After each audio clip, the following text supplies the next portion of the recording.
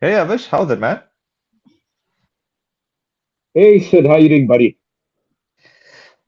Uh, as a South African, I'm happy, but as someone that also wants to see India doing well, it's like mixed emotions, eh? Because I thought this was India's to win, but I'm reading weird stories, eh? That the Indian team wanted this type of pitch, but I don't think they seem to learn, eh? Look at the New Zealand series, they got blown away 3-0, and if they have another pitch like this for the second test, they're probably going to be blown away 2-0. So I know you had a lot to say about the pitch on WhatsApp. You're having quite a go, but the irony is South Africa won quite comfortably. So what are your thoughts on that?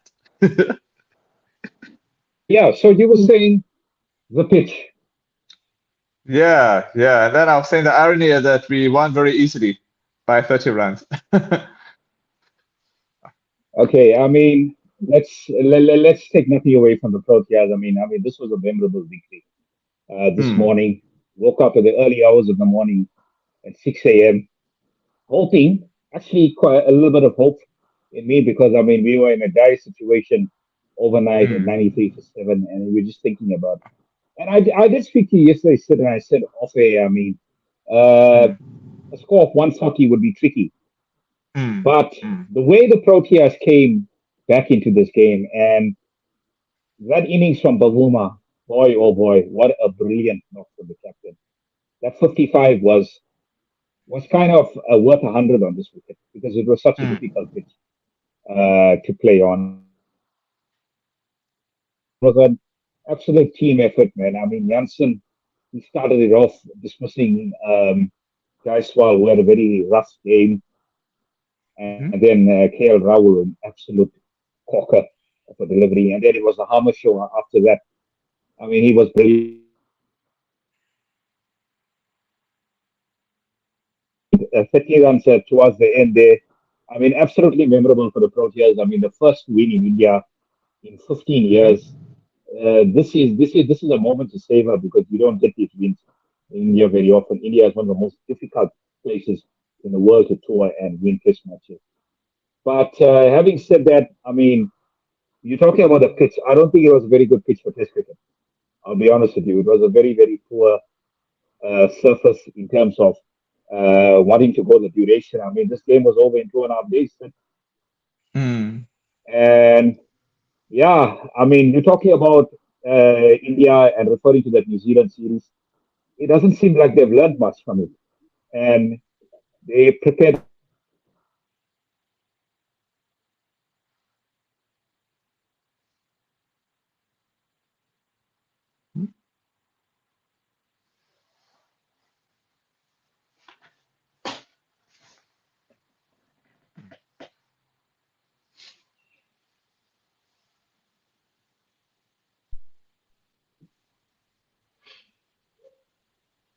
Oh, sorry, you were saying they prepared what?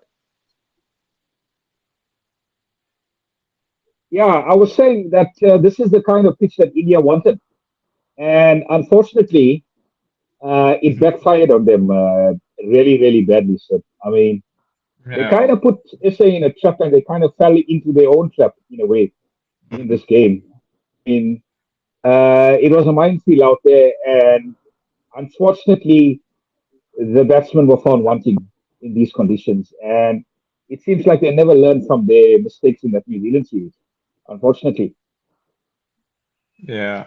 I was listening to the talk with Neil Manthorpe and Chitten, and Neil Maswell is saying the pitch isn't so bad that the score should be under 200. And in a way, I do agree. I mean, you just have to apply yourself. If they all played like Pavuma in a way, it could have made like 200. So I thought India should have chased it down in that sense. But it's credit to South Africa. I mean, imagine we don't have superstars, but we're still able to pull off these wins. Like who predicted us to win that final? In the Cricket World Cup, in the Test Championship. So I mean.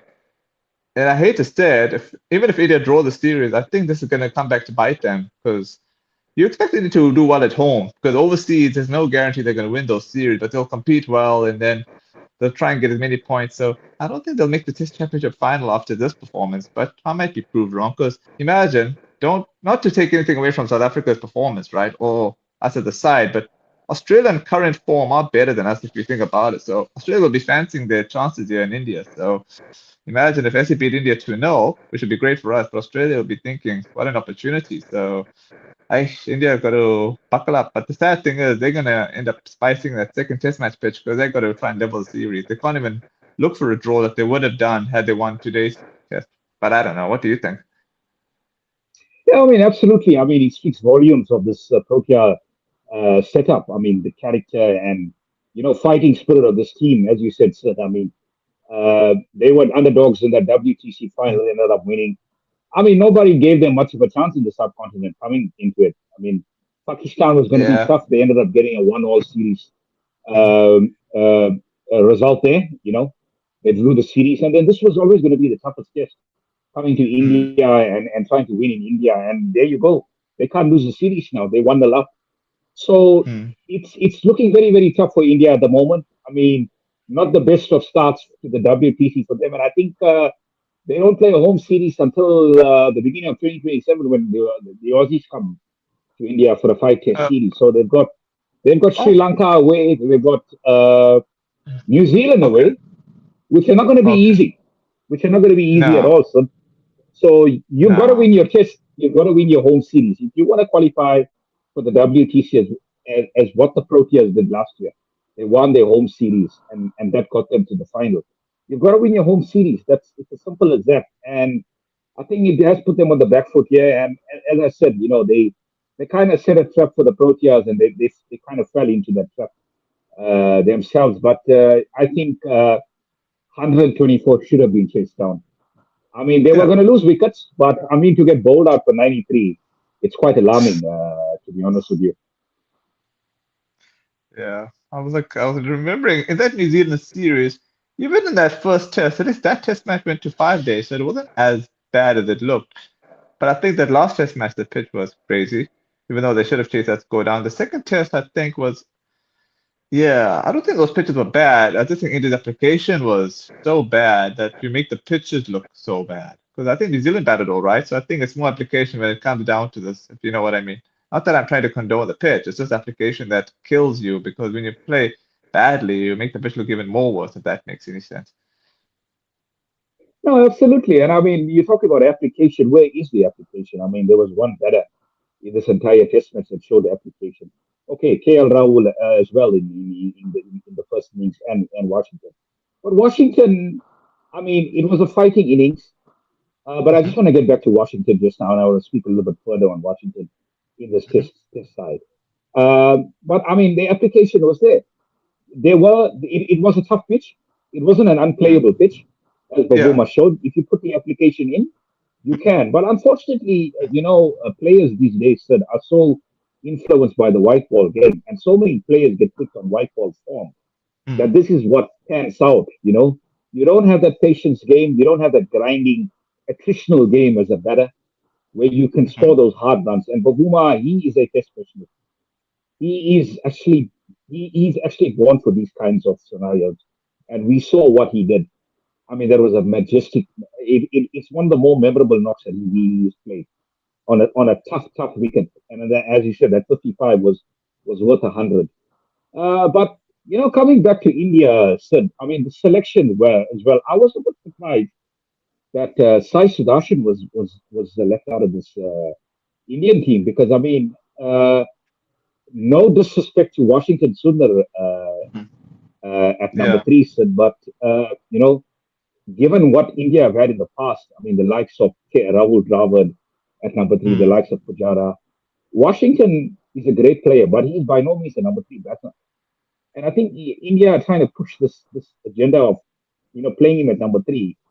Uh, I, I, uh, I think that's kind of messing it up with the with the batting order in a way because I think you could have easily played Sai Sudarshan there at number three, and you would have had a lot more stability in that batting order. That's just my opinion. I was a bit surprised that Sai Sudarshan didn't play this game. Yeah, that's true. So do you think the second test, India's going to spice up that pitch, or do you think it's going to be a normal flat batting pitch? I know we had debated that last week that that this first test is going to be a shootout, or do you think it's going to be nice and spicy again, and then SA will win 2-0? Well, honestly, I have no idea after this result. I'll be honest with you. This was the one that they were supposed to win because Mm, I mean, if I looked at this game here yesterday, I mean, mm, India. There were 8 sessions in this test match, Sid, and India kind of they lost 5 of those 8 sessions, so they dominated 2/3 of this match. To be honest with you, but this third day is the one that's going to crush them. Because they were completely dominated on the third day. I mean, with the ball and with the bat as well. I mean, there was some poor captaincy from Pant earlier on. He should have started with uh, his best bowler mm, in the early parts of the morning. He should have started with Bumrah. He should have started mhm, with Kuldeep at one in or Jadeja. And I think he waited. He kind of dragged the game along, and Bosch and Mavuma kind of cashed in. They got used to the spinners, and they were hitting a lot of boundaries. And before you know it, the lead was around 120. And honestly, in the back of my mind, I wasn't sure if that was enough, to be honest with you. But I knew the SA were going to fight. But I mean, boy, did they rally back and produce this unbelievable performance with the ball, quite memorable. But yeah, getting back to the pitch, I got a feeling it's going to be a very, very spicy pitch next game, because I think they need to bounce back now. So this kind mm, of backfired on them. So if they go for anything more rank, it's going to mhm, backfire on them again because the Indian spinners, when the Indian bowlers, uh, they get purchased on those kind of wickets. You bring the opposition back if you did as well. So it's kind of like a double-edged sword at the moment. So India have got to do all the playing now. mm, All the pressures on India at the moment because they got to make mhm, the play. SA are sitting comfortable at 1-0 now. I mean, they can go and play for a mm, draw. So I wouldn't be mm. surprised if it's going to be a flat Dixon.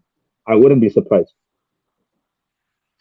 But I think it can't be a flat deck because India needs to win. That's why I think it'll be spicy, and India's got to win the toss and bat first, make ideally about 250. Then I think they'll be okay. Then after that, it's anyone's game from there. Look, I don't think you look at the toss equation because I mean the toss is something that's so variable. It can go Mm, for you. It might not go for you. So I'd like to see a more fair pitch because this was of it was course. kind of disappointing in a way. The number of wickets Mm, that fell on both days. Um, a 5-day test match ends in 2.5 days. So I hope the next kind of surface can go the distance. When I'm talking mm, about a pitch, I mean, if you look at the pitches again in the England series that India prepared, those are good pitches. So I'm hoping we can get a surface like that can go the 5 days, and that will naturally bring the Indian bowlers into it. So yeah, they got to do whatever they can to get the results. So SA are riding high at the moment. So India got all the pressures on India. I mean, I'm not even sure about selections. Who comes in, who goes out? Because Gill, I mean, I'm not sure if he's out for the series. We're gonna hope. oh yeah. We will see in the coming week whether he is ruled out, and that's going to cause a selection dilemma. I assume Sai Sudarshan Hmm. walks his way back into the team if Gill is out of the next test match. All right, let's get to the before you get to the Ashes. So I know your prediction was now SA for 2-0, or are you sticking to 1-0? I'm changing my prediction. I'm gonna go Yeah, I 1-0. mean, my prediction was 1-all. I mean, to be honest Yeah, with yeah. you, 2-0 is going to be a bonus set. But Ah, okay. I still think India can bounce back. So I'll keep it at 1-all. But if it's 2-0, then Gautam Gambhir should just resign as test coach. So I think 2-0 they'll will just be a fire him. bonus. Yeah. 2-0 will be a bonus, but I'll stick to 1-all for now. Yeah. All right, we'll get to the Ashes. Okay, we'll go to the squads now. Australia and England. Yes, Australia squad. Steve Smith, Scott Boland, Alex Carey, Brendan Doggett, who's a bowler, Cameron Green, Travis Head, Josh Inglis, Usman Khawaja, Marnus Labuschagne, Nathan Lyon, Michael Nessa, Doc, Jake Weatherfield, Weatherills, if that's pronounced. See the top Weatherall, order, yeah, he's an opening batsman. the top order batter, Yeah. and there's Dio Webster. So what do you think of the Australian squad? Uh, a pretty strong squad, but at the same time, Mm, it's also quite an aging squad. There's a lot of guys mm, on the wrong side of 30 there, and there's quite a few players that could be their last series. I mean, who knows? I mean, but a pretty strong squad when you're talking about the bowling lineup. But the big thing for me is that first test. Cummins is mm, obviously ruled out, and we just got the news yesterday as well that Josh Hazelwood is also ruled out for that first test. So that is a real blow for Australia in that first test because I mean you don't have Hazelwood and you don't have Cummins now. I mm. mean Boland has been brilliant. He's been brilliant in Australia, but Hazelwood line and length, they're really going to miss him in that first test of the summer against England. So that's a massive blow, and I think England, if they have any chance of getting a series result here, they got to win that first test. And I think now with Hazelwood not being there, that kind of tilts the game in England's favor because I mean Mm. England do have a full crop of fast bowlers that we can choose from. I don't see any injured bowlers at the moment, so I think it's advantage England for their first test that Yeah, I with Hazelwood not agree. being there. It's probably the Yeah, best chance that's a, then. that's a big All blow for right. Australia. All right, we'll go to the English squad. There's Ben Stokes, Harry Brook, Jofra Archer, Gus Atkinson, Jacob Bethel, Braden Cost, Zach Crawley, Ben Duckett, Will Jacks, Ollie Pope, Matthew Potts, Joe Root, Shoaib Bashir, Jamie Smith, Josh Tongue, and Mark Wood. Imagine it's all those English bowlers bowl. Yeah, can't argue with you. It's probably the best chance of winning the first test, and then if they can get that first test, then their confidence will grow, and then maybe they'll do what they did in 2010. Although maybe I'm just being optimistic. I mean, you can never say never. I mean, that was a brilliant victory in 2010, 2011 under the captaincy of Stars. But what I like Hmm. about this England side this time around, so they're going in with good pace bowlers. I mean, they're not going in with medium paces like they did in the last Hmm. tour, which was an absolute disaster. I think you got some real pace. I mean, it's good to see Archer back Hmm. and playing cricket. I mean, he's a real sight in the Test arena. Mark Wood as well. I mean, he can bowl express. But I think the one guy that really impressed me there in the English summer this year was Josh Hunt. So I think he was really impressive against India, and he's a real option for England in this first test. But I probably think they would go with Wood and Archer and probably Cass. Hmm. And yeah, I mean, who knows? They might just go with an all four pace attack. And then obviously you've got Ben Stokes as well there, who can bowl, who's a brilliant all rounder, and Stokes bowling is going to be very crucial for them as well. But you know, when I look at both the squads and why I think this is England have a really good chance. If you look at the England batting lineup, so they look a lot more simple than Australia Hmm. because Hmm. Australia they're having problems with the opening position. I mean, you've got Ozzy there, Kawaja, but I mean he's aging. And Constus is out of favor at the moment. So they've got a big dilemma in terms of who opens with Kawaja. I mean, it could be Jake Wetherell, it could be Manas, Cam Green. I don't know. They kind of using him, experimenting with him at number three. So I don't know. A lot of teams are kind of experimenting with this number three position with players that are not traditional number threes. I mean, you got Washington for India, you've got Mulder for SA, and then now you've got Cam Green Hmm. for the Aussies as well. So that Australian batting lineup is a bit of a weakness for me. They don't seem settled for quite a long time. I can say this about Australian batting lineup. They don't seem settled after the retirement of Warner. So that is a real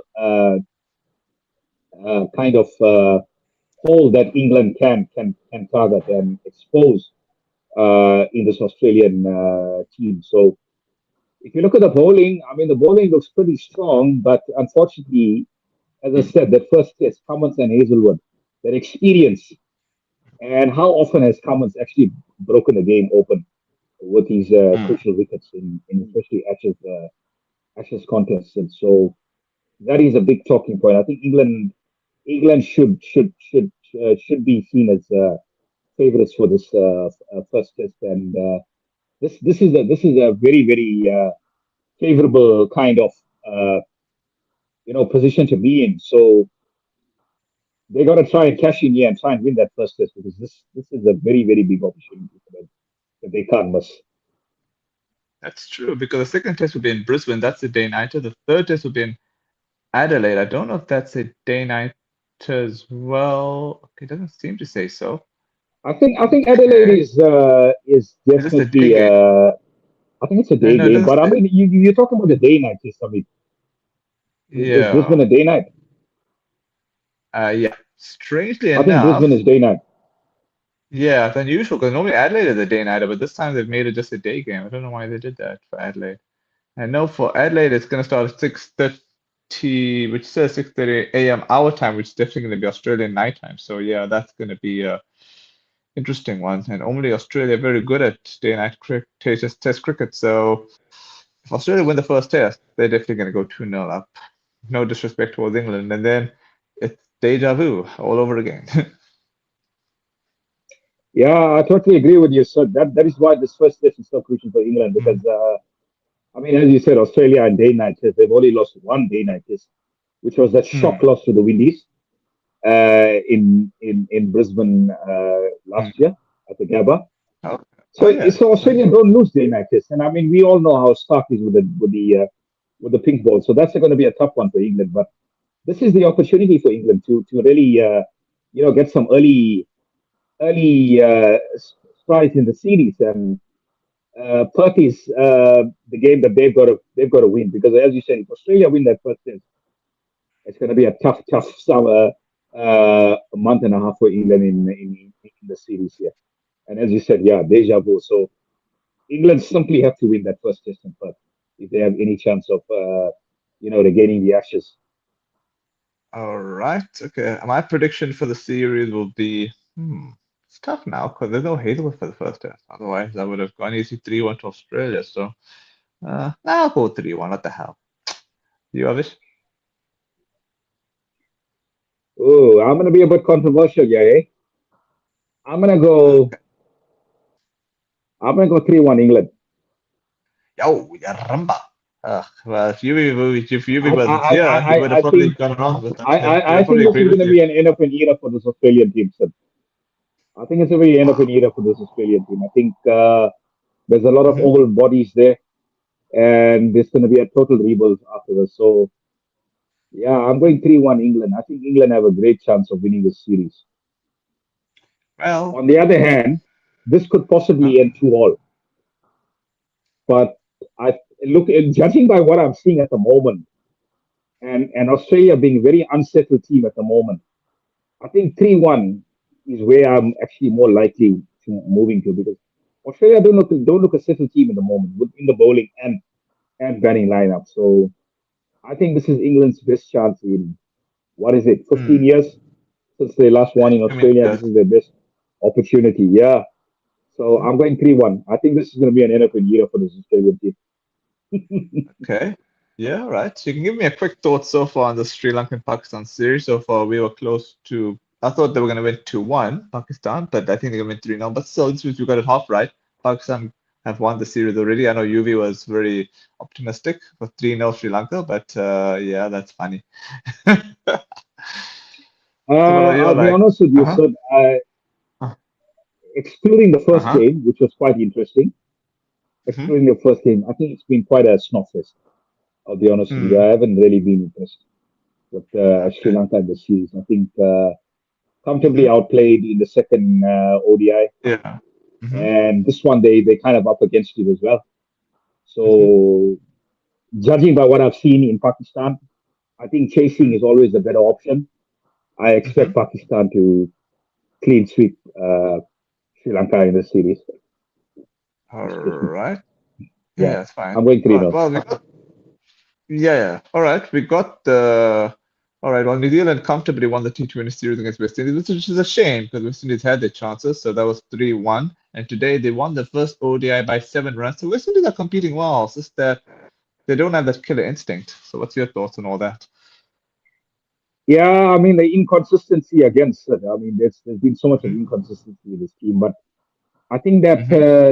that T20 series will definitely rule that second game, which they lost by 3 runs. They should have won that game, man. Should have won 2 Mm. nil up in the series. And yeah, they probably would have drawn that series 2-2 or could have won the series. So they had their opportunity in the T20s. And I Mm-hmm. think today they played pretty well because when I looked at that New Zealand score, Mm-hmm. 269, I said to myself, you know what? It's a good score, but it's also quite chaseable. So the Mm-hmm. Windies did make a good first of it, but as as we saw in the series, I mean, the crucial moments. That's what New Zealand are winning. New Zealand are winning the crucial moments, and Windies are losing those crucial moments. That's what's hurting them so much. They're playing good cricket for 80% of that game, but then 20% they're kind of losing those crucial moments, and that's what New Zealand are cashing in on. But I think in fairness and historically, I don't think the Windies have a very good record in New Zealand. It's not been a happy hunting ground for them for years. Mm-hmm. They've been quite poor in New Zealand, and we see this pan out today. So yeah, I think preparation is very important as well, son. I think you've got to prepare well for these kind of tours because New Zealand conditions, as we've seen, for a lot of us I think teams, is quite alien. As of, for I think the exceptions would probably be England and Australia because they play pretty well in New Zealand. But I think the rest of the teams they kind of struggle in New Zealand a lot, especially those teams that are coming from the subcontinent, and obviously the windies conditions at home as well now are more subcontinent. So those are the teams that really struggle in New Zealand. You know, All right, they're playing the best of three ODIs, so I'm going with New Zealand 2-1, although it could be 3-0. yeah. I mean, again, this was a missed opportunity for them. This game, I thought they could have won today's game. Some luck here or there. They just lost wickets at crucial times. Mm-hmm. Um, you're going 3-0, eh? I'm going with 2-1 or I, 3-0. I, Go either I, way. I'll I, say I kind 2-1. of agree with you. I kind of agree with Yeah. you. Or you're going 2-1. Yeah. Um, there is a performance in there for the Windies, but I'm Mm-hmm. not sure we're going to get it in the series. And so I'll go 3 0. Okay. Yeah, let's say that Yeah. that would have surprised me either, actually, because all right, you can just give me a quick thoughts. There's going to be a tri-series between Pakistan, Sri Lanka, and Zimbabwe. So I'm just going to mention who I think is going to win that. I'll say Pakistan to win the tri-series. What's your thoughts? Yeah, I think given the way Pakistan are performing and given the way Sri Lanka and Zimbabwe have been performing lately, I'd probably give it to Pakistan. Uh, Sri Lanka have got to play a lot better for me to be convinced by them. I think they've been very inconsistent so far, Hmm. and yeah, I think Pakistan going to be too strong for both teams. Okay. Oh, Yeah, so I expect them to win that prize series, all right. which is Just actually want to good make a preparation quick for the mention. T20 World Cup. To be honest with you, but, Yeah, that is true, it actually. is Although I good don't preparation. know. Oh yeah. Oh my gosh. They actually are playing a T20. Okay, they're playing a T20 tri-series. I thought they were playing a 50 T20 over series, tri-series. yeah, That's good. You're right. which is good I see preparation that. for the Yeah, World yeah, Cup. Yeah, yeah, yeah. yeah, sure. Okay. Definitely, definitely. All right. Let's make a quick mention here before we wrap off. Yeah, well, congrats to Bangladesh for predictably beating Ireland by an innings and 47 runs. They're playing again on 19th of November. I think they're playing just two test matches. So I'll expect them to win 2-0, and then they'll play a T20 series on 27th of November. They're playing actually three T20 series. So I'll say Bangladesh to win all those three T20s. What's your thoughts on that? Yeah, I mean, Ireland don't really tour Bangladesh very often, so those conditions are quite alien to them. So yeah, I think Bangladesh are gonna clean sweep them for sure. Okay. Anything else you'd like to touch upon? I think we've covered pretty much everything. Yeah, look, I don't know if you heard about that two-tier system that we were going to have in the WTC. That's actually not been agreed upon. So I don't think we're going to have that two-tier anymore because I think the other nations disagreed on the two-tier Hmm. system. So it seems like we're going to be having 12 teams in the next WTC cycle, which I think is brilliant for this cricket. I think the more teams 12. involved, yeah. So you're going to have 12 teams in that next WTC cycle. So that's going to be very, very exciting. And I do hope, son, Mhm. that you get an even distribution of test matches, which I don't know. I don't know if that's going to happen, but I do hope Hmm. everybody can play each other. Um, Mhm. with the calendar being the way it is, I do hope it's possible. But I think if you're going to have 12 teams of WTC, Mhm. you've got to have a test kind of season now. You know, like how you have an IPL season Yeah. Mm. for 2 months. I think you've got to have a test calendar now, where you're only going to have test cricket played in that calendar. So that's going to be really, really interesting, eh? What's your thoughts on that? 12 teams, eh? I think that's a bit extreme, Mm. man. I mean, you're gonna have to have a longer test cycle. Normally, you have it every 2 years, but I think you're gonna probably have to have it every four years I at would that rate. assume so, eh? I would assume so. Yeah, you would. Because otherwise, you'll need a Test Cricket World Cup, which seems much more possible with 12 teams, you know. Or you'll need to.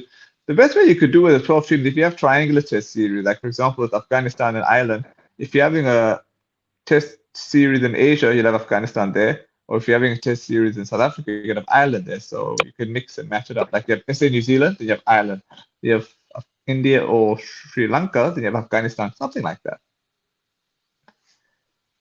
I like your theory. I like your theory, but I just look at test matches, being so long, and to have a triangular, it's really going to take up a lot of time. But it's exciting. I do think teams like Afghanistan and Ireland deserve to play against the stronger teams. I Hmm. mean, that's the only way they're going to get better, son. Let's be honest. That's the only way they're going to get better at their skills. So I do hope they play each other. And yeah, I mean, we mentioned this before. Afghanistan should make a two-test tour to SA and play SA in their home condition. That will only help them going forward. So yeah, interesting. Let's see what happens with the fixtures, eh? Yeah, but then a Test Cricket World Cup would make more sense. But the problem is, how do you fit that in? Although I think you could, you just have a lot of matches happening at the same time. Because even if you separated the matches, it's not like many people are going to go for New Zealand versus Afghanistan, with due respect to them. Or you can have, for example, Australia versus Ireland there. Or maybe, not, what is it, Australia, but you're not going to see, like, let's say, Sri Lanka versus an Ireland match live. So those matches you wouldn't need to have televised if that makes sense to you, because Test cricket is an No, expensive absolutely, said. exercise. I mean, Hmm. look, the test game was losing its relevance. Let's be honest. And I'm really Hmm. happy that the WTC has made Test cricket relevant again. It's made it important. So Hmm. yeah, I mean, I was talking about every team playing each other, but Hmm. I don't think that's possible. So what you can No. obviously have a cycle where 6 teams play each other, and you change it around. One cycle you'll have India playing New Zealand, South Africa, West Indies, maybe Hmm. Afghanistan, and uh, England. And then you can change it around. Maybe the next cycle will be Australia, Sri Lanka. You can take it from there on. But I mean, that's the only way you can do it. So it should be exciting, and it's nice to have a lot more teams in Yeah. the Test Championship. All right. On that note, we shall catch up again next week with SA probably winning their first Test series in India after so long. Yeah, let's see what happens. Eh? Exciting times ahead. Cheers, man, and enjoy the Ashes Yeah, coming man. up You this too. Friday. It's going to be a brilliant series. You too, man.